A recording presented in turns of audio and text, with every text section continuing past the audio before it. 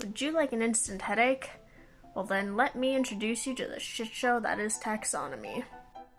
So, taxonomy is a way of classifying organisms based on shared characteristics and molecular evidence, so like DNA and stuff. But it's a process.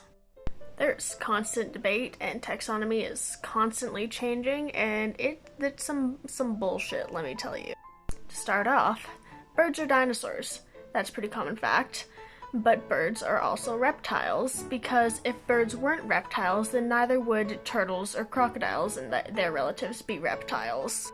So you see, birds and crocodilians share a more recent common ancestor than do crocodiles and lizards and snakes, so if we exclude birds, that means we also have to exclude crocodiles from the reptile club.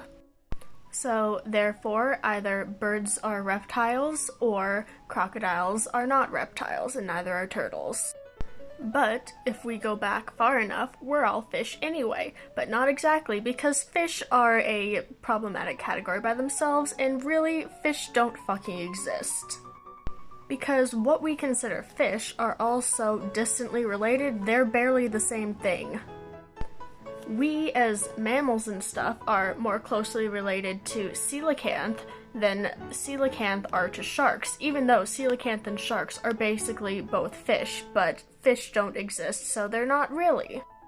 And fish taxonomy is a whole problem itself, because there's like the hagfish and the lamprey, which are technically fish, but they're barely related to other fish, and they don't have spines, but they're vertebrates anyway.